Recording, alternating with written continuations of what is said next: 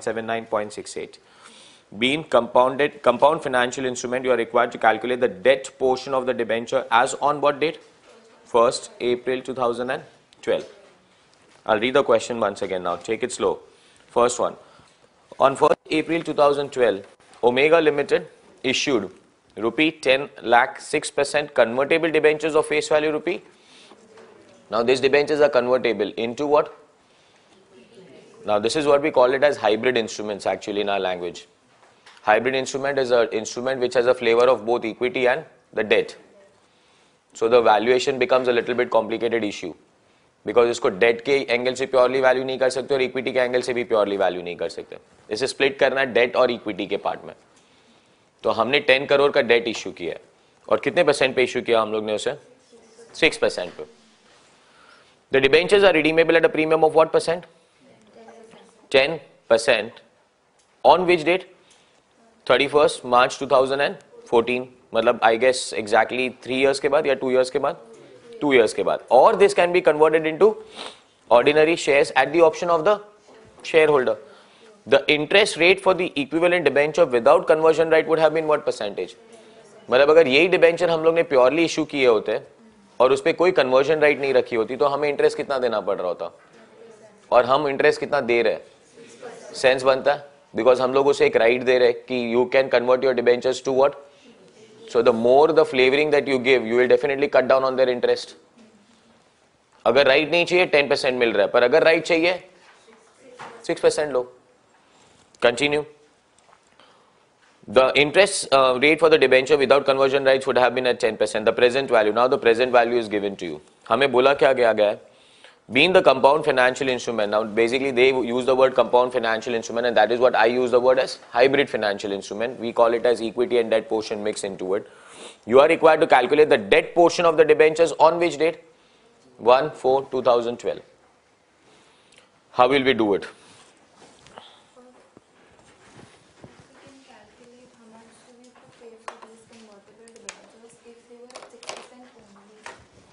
ठीक है.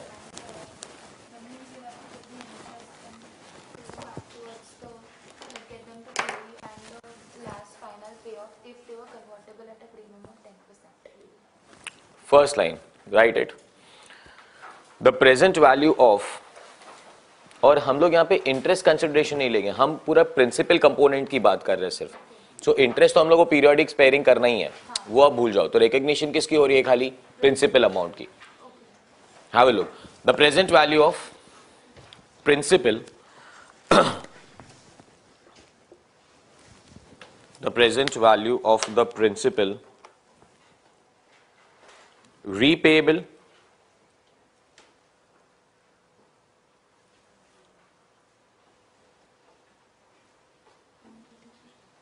इन लोग ने कितने ईयर के डिस्काउंटिंग रेट्स दिए हमें? 4 2 साल का है.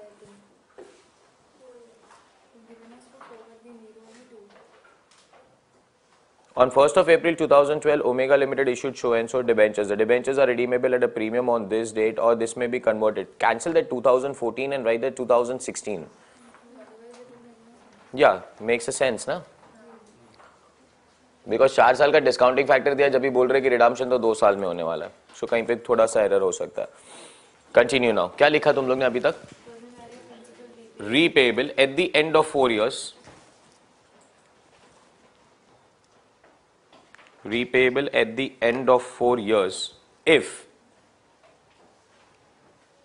no conversion rights were offered.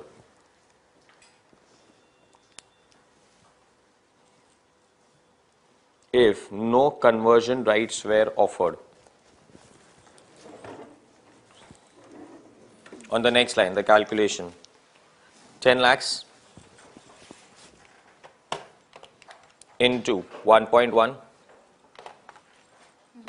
into 0.68.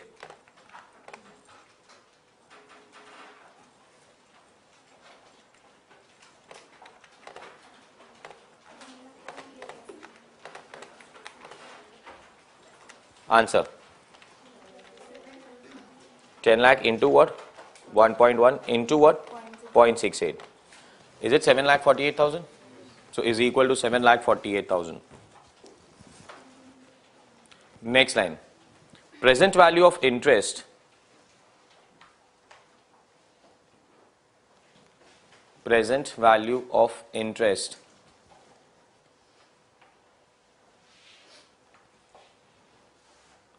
for 4 years.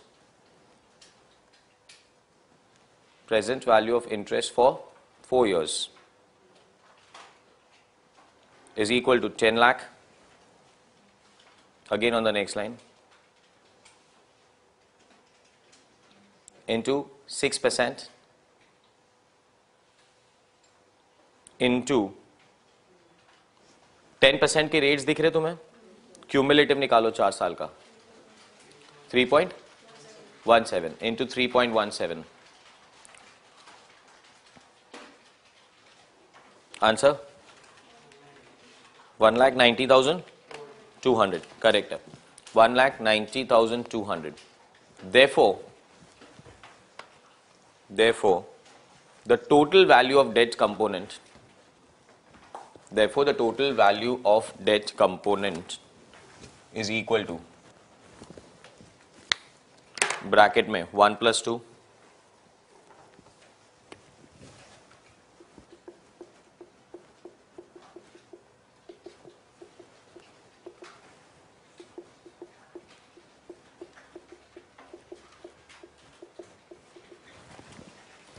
पहले का 748 बोला, 748 200 बोला, और सेकेंड का total 9,38,200. 9,38,200 is the total value of the debt component that we should recognize. And see the pure logics that are playing on this hybrid instruments. First one, हम लोग ने loan 10 lakh का रेज किया था और कितने % पे रेज किया हमने? 6. पर अगर हम लोग ने मार्केट पे उसको ऐसे इशू किया होता तो कितने % पे इशू किया होता? 10. तो उसका आज का प्रेजेंट वैल्यू निकाल रहे विदाउट ऑप्शन. तो विदाउट ऑप्शन तो रियल डेट कंपोनेंट बनता ना. विदाउट ऑप्शन क्या बनता? Real debt component. So what is the real debt component we are talking about? Is it 10 lakhs into 1.1 because it is redeemable at a premium of 10% and discounted by 4 years at the present value at 10% rate ही लगा रहे हम लोग ये 0.68. तो हमारा date component कितना है? 7 lakh. This is the principal value. एक बार ये सोचते हैं कि हम ऑप्शन नहीं दे रहे, हम ऑप्शन नहीं दे रहे, कोई हम लोग उसको ऑप्शन नहीं दे रहे कि आप उसको कन्वर्ट कर पाओगे. Are you understanding it? Yes. हम लोग कोई भी ऑप्शन नहीं दे रहे उसे. तो अगर हम लोग उसे कोई भी ऑप्शन नहीं दे रहे तो वो हमें 10 लाख पे कितना पे करना पड़ता? 1.1. और उसको हम लोग कितने रेट से डिस्काउंट कराते? 10% से. तो हमारा आंसर कितना आता? 7,48,000. अच्छा, प्लस सेकेंड हम इंटरेस्ट कितना पे कर रहे हैं उसे? 6. पर उसको डिस्काउंट कितने रेट से करा रहे हैं हम? 10. कि अगर हमने 10 पे दिया होता तो उसका डिस्काउंटिंग तो 10 पे होता. अभी एग्जैक्टली क्लियर? यहां पे मैंने आपको ये 10 lakhs into 6 लिखा के भी थोड़ा कंफ्यूज कर दिया. ये एक्चुअली अमाउंट कितना है आपका? 60,000 आ रहा है. हम लोग ने तो डिसाइड करके रखा है कि हम इंटरेस्ट कितना देने वाले हैं? 60,000. उसको हमने कितने रेट से डिस्काउंट किया होता? 10. Are we understanding that? अगर हम उसको 10% से डिस्काउंट कराएंगे तो ये अपना प्रेजेंट वैल्यू ऑफ क्या बनेगा? इंटरेस्ट. सो टोटल हम लोग ने इतना पेमेंट किया होता उसे. So this is the present value of the loan to be recognised. Actual loan कितने का रेज किया हम लोगों ने? 10 lakhs. And if you are actually raising it at 10 lakhs, 10 lakhs minus 9,38,200, so the value of the right basically, ये जो हम लोग ने राइट दिया उसको कौन सा राइट दिया हम लोग ने? Equity conversion right. तो value of equity conversion right कितना बना? 10 lakh minus 9,38,200, 61,800. 61,800 is the value of the right. Are we clear? And we'll discuss this more basically. इसलिए मैं बोल रहा हूं कि ये फाइनेंशियल इंस्ट्रूमेंट से एएस है, मेरे पास रेस्ट्रिक्शंस है. आप एसएफएम में आ जाओ, इसके साथ हम खेलने बैठ जाएंगे. बट एक बार लॉजिस्टिक्स फिर से. हमने इश्यू किया है 6. ऑप्शन के बिना इश्यू किया होता 10. सो बिना ऑप्शन के पहले वैल्यू निकाल लो आप. अगर 10 पे किया होता तो ये वैल्यू है, उसका इंटरेस्ट इतना दे रहे, उसको 10% से डिस्काउंट कर रहे, ये वैल्यू है. सो this is the value of the right coming on. Present value पर एक्चुअली हम लोग ने पैसा कितना कलेक्ट किया? 10 lakhs. But the value of the debt portion comes to only 9,38. So the difference will be treated as what? The value of the option. और आप जितने ज्यादा राइट देंगे ना, उतना ज्यादा आप उससे वैल्यू कंप्लीट करेंगे. और ये है ना, टिपिकली स्पीकिंग इंश्योरेंस कंपनीज में बहुत यूज होता है. इंश्योरेंस कंपनी में राइडर्स होते हैं. राइडर्स का मतलब क्या होता है? If we take a policy, do we have certain rights coming? तो ये राइट दिया, वो राइट दिया, वो राइट दिया. Every right that you get ना, the value of premium keeps on increasing. And how do they calculate the value of the right? Is very simple कि अगर राइट नहीं दिया होता तो this would have been the value. Right दिया तो this is the value we are charging. And the difference is nothing but the rate of interest only. Are we clear with that? तो first, अगर हमने loan के साथ option नहीं दिया होता तो 10% पे डिस्काउंटेड, इंटरेस्ट 10% पे discounted, minus the value that we are issuing right now. एक सिंपल कैलकुलेशन. थोड़ा कंफ्यूजिंग क्या लगता है माइंड में पता है आपको यहां पे? कि why are we taking this 6% and discounting it by 10%. But exactly वो 6% छोड़ दो आप. फॉरगेट कि हम 6% इंटरेस्ट पे कर रहे हैं. आप ये सोचो हम इंटरेस्ट पे कर रहे हैं. कितना इंटरेस्ट पे कर रहे हैं हम? 60,000. उसको कितने परसेंट से डिस्काउंट कराना है? 10. हम प्रिंसिपल अमाउंट जो रीपे कर रहे हैं उसको 10% से डिस्काउंट कराएंगे. इंटरेस्ट भी जो पे कर रहे हैं उसको 10% से डिस्काउंट कराएंगे. That's what I'm saying. I know your mind mentality where it is working. आप ये 6% सोच के थोड़ा सोच रहे सर यहां पे भी 10% लगाना चाहिए था ना हमें. हम जो भी रीपे कर रहे हैं ना उसको हम कितने परसेंट से डिस्काउंट कराएंगे? 10. आप यहां पे देखो मैंने 10% ऐड नहीं किया है. वो तो रिडम्पशन का 10% है. 10% इंटरेस्ट ऐड नहीं किया मैंने. Are you understanding what am I saying? मैं क्या बोल रहा हूं? हमें पे क्या करना है इस बंदे को? अभी हम लोग को उसे 10 लाख प्लस 10% का रिडम्पशन वैल्यू पे करना है. How much is 10 lakh plus 10%? कितना आ रहा है? 10 लाख. सिर्फ 10,000 आएगा? 11 लाख आएगा ना.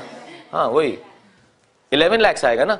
तो मैं इश्यू करके बैठा हूं. Now start thinking in the way I am thinking.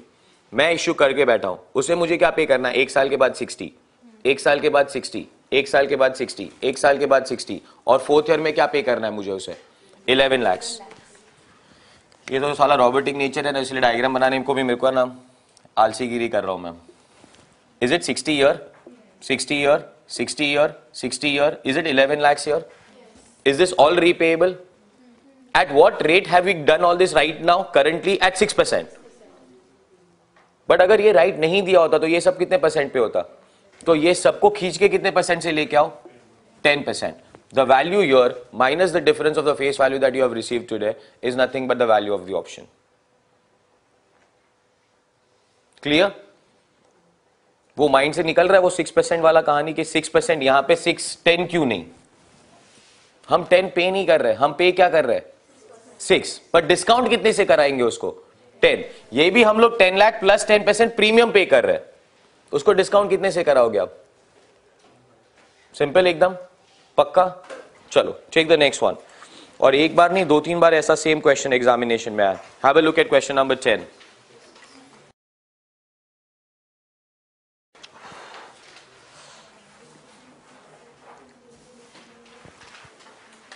Question number 10.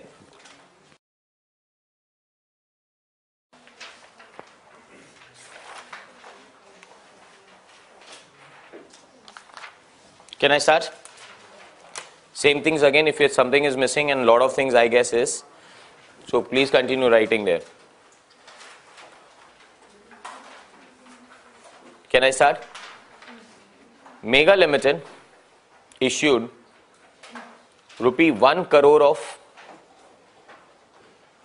Mega Limited issued rupee 1 crore of 8% debentures at face value rupee 100. At face value rupee 100.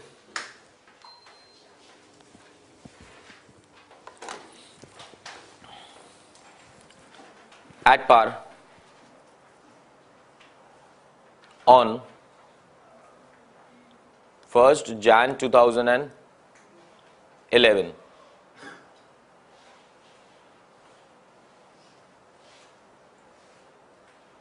1st Jan 2011, full stop. These debentures are redeemable. These debentures are redeemable at a premium of 10%. इसी को modify कर रहा हूँ. ये लोग एकदम same track पे questions बनाते हैं, मैं थोड़ा मॉडिफाई कर रहा हूँ. मस्ती मेरे में ज्यादा है. जिसने नहीं लिखा तो वो एडवांटेज पे रहो, जिसके बुक में आगे काटो अभी. Is it 10%? On 31st December 2014.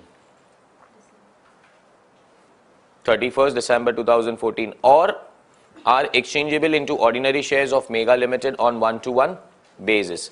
The interest rate for the similar debenture which do not carry the conversion entitlement is 12%. You are required to calculate the value of debt portion of the above compound financial instrument. The present value of ₹1 receivable at the end of each year on discount rates 8% and 12% can be taken as follows. So discount rates are 8% and 12%. And वहाँ पे भी amazingly numbers missing हैं. Year 1 0.926, year 2 0.857, year 3 0.794 and year 4 0.735. 12% की कहानी बता रहा हूँ. Year 1 0.898, year 2 I didn't get you. Sure? कर एक बार.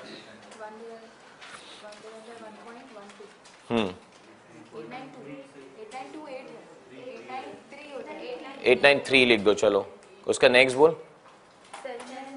797, 712, 636. करेक्ट है. ऐसी टेक्नोलॉजी मैंने लाइफ में कहीं नहीं देखी. ये सिर्फ हमारा प्रिंटर ही ऐसा कर सकता है. 0.636, 6 है, बीच में 3 मिसिंग है. हाँ 7 है, बीच में 9 मिसिंग है. पता नहीं यार. और ऐसे हाथ से अपने साथ ही होते हैं. Try this.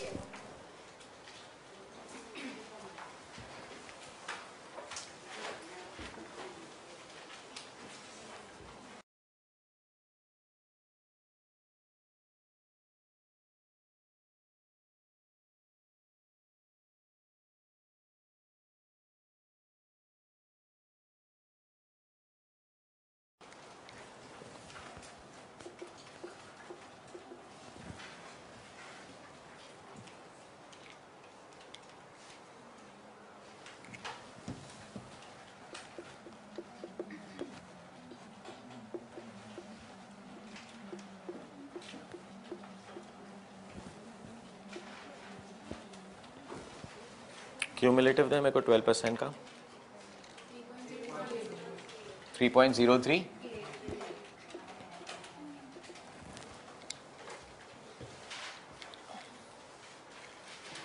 फर्स्ट वाले का amount. Okay. Second total.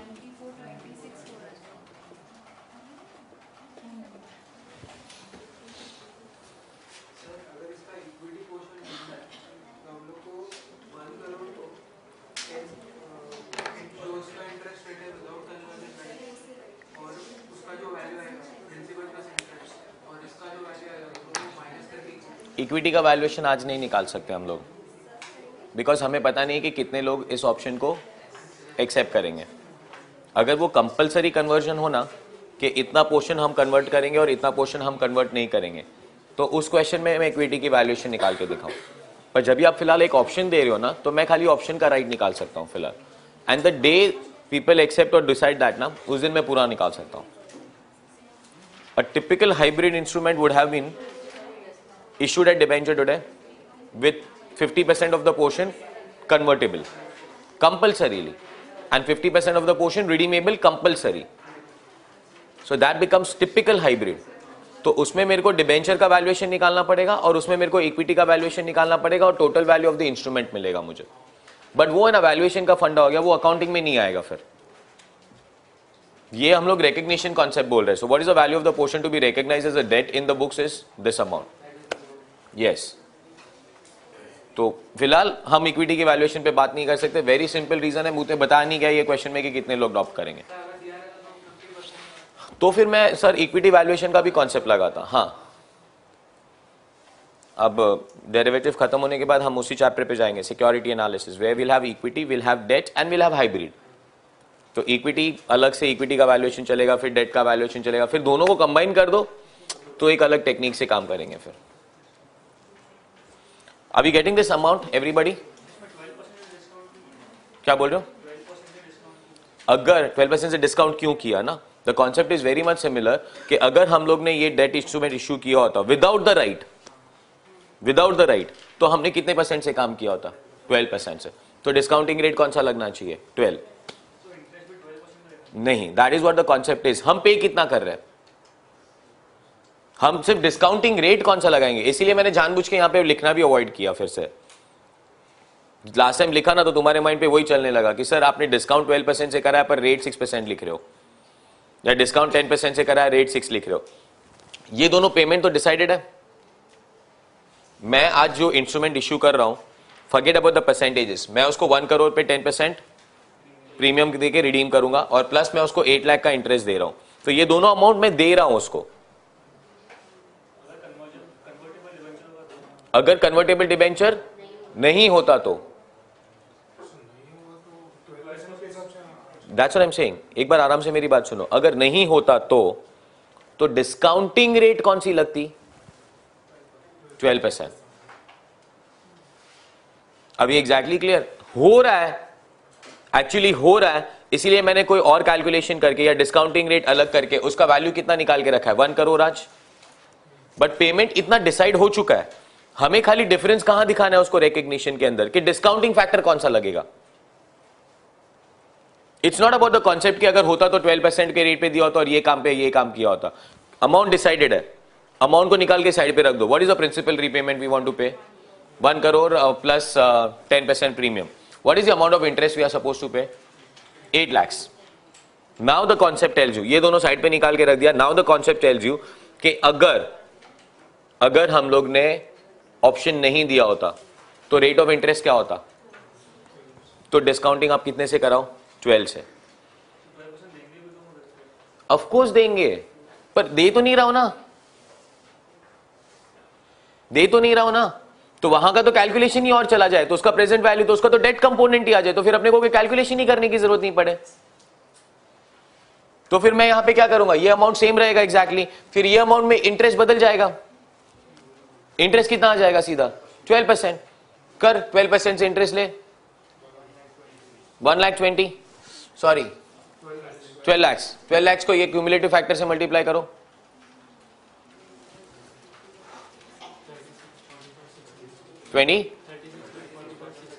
Calculate करो. 69 plus 36 lakh.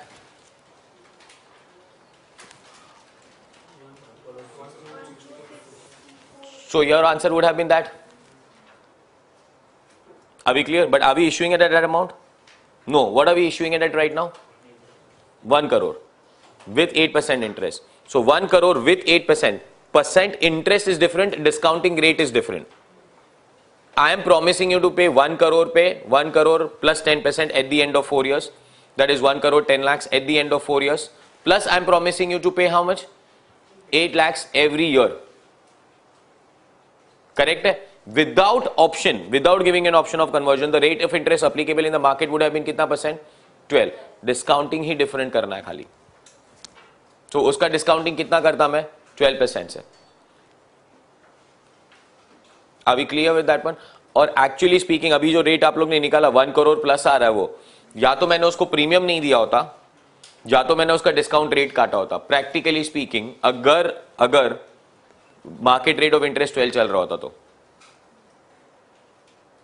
Are we understanding it? क्या होना चाहिए मालूम है? जब भी आप इश्यू करो ना, it should be the present value of all the discounted rates. मतलब अगर आज मैं आपसे 1 करोड़ ले रहा हूं, फिर आपको इंटरेस्ट प्रिंसिपल दे रहा हूं, मतलब यहां पे आएगा I and P. When all this are discounted, answer should be 100. Answer should be What am I paying you is only the time value of money, nothing else. What am I paying you is only the time value of money. अगर ये सबका amount 100 से ज्यादा आ रहा है तो मैं ये इंस्ट्रूमेंट इश्यू ही नहीं करूं. That means I am at a loss. Concept समझ रहा है? तो आपको मैं खाली एक टाइम वैल्यू ऑफ मनी दे रहा हूं और कुछ भी नहीं दे रहा हूं. सो टाइम वैल्यू ऑफ मनी का टोटल क्यूमुलेशन कितना आना चाहिए था? 1 करोड़. अब अपना वो 8% इंटरेस्ट को थोड़ा दिमाग से हटा के बात करते हैं. मैं 100 दे रहा हूं, ले रहा हूं, मैं 8 दूंगा, 8 दूंगा, 8 दूंगा, मैं 108 नहीं 110 प्लस 8 दूंगा. मैं ये सारे चीजों को आपको प्रॉमिस कर रहा हूं. अभी क्लियर? और कितना परसेंट रेट ऑफ इंटरेस्ट बोल रहा हूं होता मार्केट में? कितना चल रहा होता? 12% चल रहा होता. तो मैंने ये सबको डिस्काउंट कराया. कितने से डिस्काउंट कराया? 12% से. और 12% से डिस्काउंट कराने के बाद आंसर आ गया 96. तो एक्चुअली आप मुझे सिर्फ 96 रुपीज देने चाहिए थे. आपको मुझे कितना देना चाहिए था? सिर्फ 96. बिकॉज आपको ना 8888 प्लस 110 नहीं मिल रहा है. आप इन सबका प्रेजेंट वैल्यू आज कैलकुलेट करोगे तो आपको कितना मिल रहा है? 96. पर आप मुझे कितना दे रहे हो यार? 100. 4 रुपए ज्यादा क्यों दे रहा है तू? कन्वर्जन राइट का. तुझे ये इंस्ट्रूमेंट चाहिए था जिसपे राइट हो कि वो कन्वर्ट हो सके. तो बॉस तेरे को ज्यादा पैसा देना पड़ेगा. और कितना ज्यादा पैसा देना पड़ेगा तेरे को? 4. And he was asking me sir equity का वैल्यूएशन कितना होगा? मैं इक्विटी का वैल्यूएशन नहीं निकाल सकता हूं, मैं कन्वर्जन राइट का वैल्यू निकाल सकता हूं. So what is the debt portion? Out of this 100 में डेट पोर्शन कितना ले रहा हूं? मैं तुझसे पूरा 100 का लोन ले रहा हूं. मैं तुझसे लोन कितने का ले रहा हूं? खाली 96 का. तुझसे 4 रुपया किसका ले रहा हूं मैं? राइट का. और अभी अकाउंटिंग सेंस में हम बोल रहे हैं कि रिकॉग्नाइज कैसे करेंगे. तो जब 1 करोड़ रुपया आएगा ना तो मैं इतना अमाउंट ही लिखूंगा खाली लोन पे, और बाकी का अमाउंट एज अ राइट जाके सीधा पीएनएल अकाउंट के क्रेडिट साइड पे लिख के धमाल करेंगे. Because that's the value of the right. या तो एक रिजर्व क्रिएट करके उसको बैलेंस शीट पे रख देंगे, जब वो कन्वर्ट होगा तब वो रिजर्व यूज करेंगे. Got this? कंटिन्यू. नेक्स्ट. दोनों बार एक सेम एग्जैक्टली सेम क्वेश्चन दिख रहा था अपने को. चलो और एक कैलकुलेशन उठाते हैं. Question number 3.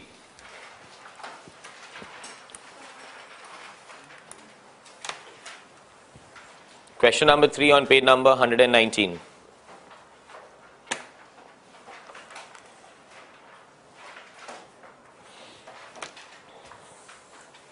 और ये सारी चीजों में ना स्पेसिफिकली 30, 31, 32 में ना पूरा SFM का नॉलेज लेके जाने का.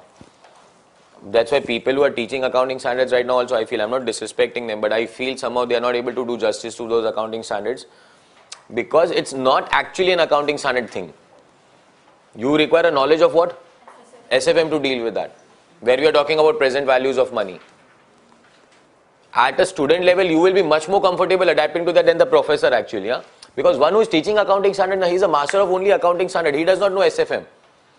Now, for example, tomorrow morning you come back to me and tell me, ना sir, tax में house property ये चल रहा है. भाई क्या बोल रहा है तू यार? I salute you people because you do 8 subjects and we do only 1 subject and we think we are great. It's actually you are great. You are doing 8 ना? हमको तो एक ही आता है भाई. मजाक नहीं कर रहा हूं. कल मेरे को कोई लॉ पूछ रहा था, मैं यार क्या पूछ रहा है यार तू? क्या मास्टर को क्या बटरफ्लाई दिख रहा है इधर कुछ? कि सब आएगा हमको? हमको सिर्फ एक ही चीज आता है. 30, 31, 32 क्रैक करने के लिए आपके पास ज्यादा पावर है than the professor himself, because you know your SFM, you know your accounts and you can combine those two things. Is it clear? Take it next. फिर से first line missing है I guess. Comforts Limited granted 10 lakh loan to its employee